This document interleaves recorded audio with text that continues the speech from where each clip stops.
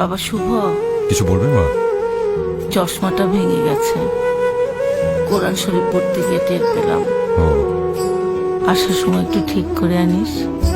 ঠিক আছে মা, নিয়ে আসবো।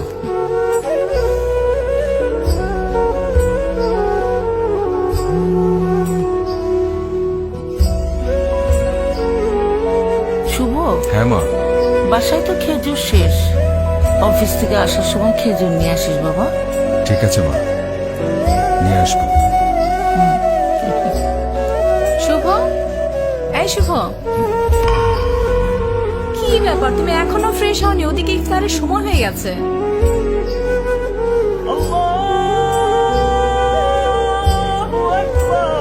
নাও নাও, তাড়াতাড়ি শুরু করো।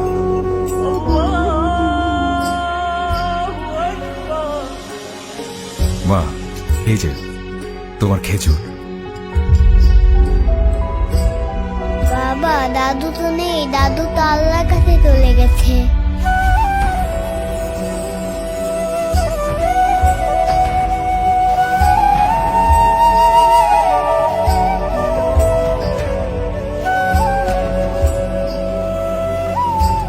ভালোবাসার সংসার ও আদরের সন্তানদেরকে একা ফেলে মমতাময়ী মায়েরা আজ অনেক দূরে।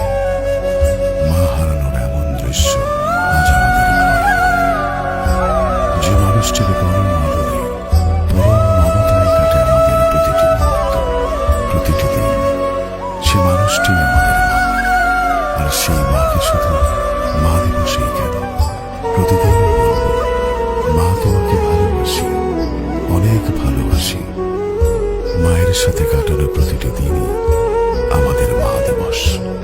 রমাদান ও ঈদের স্বর্গীয়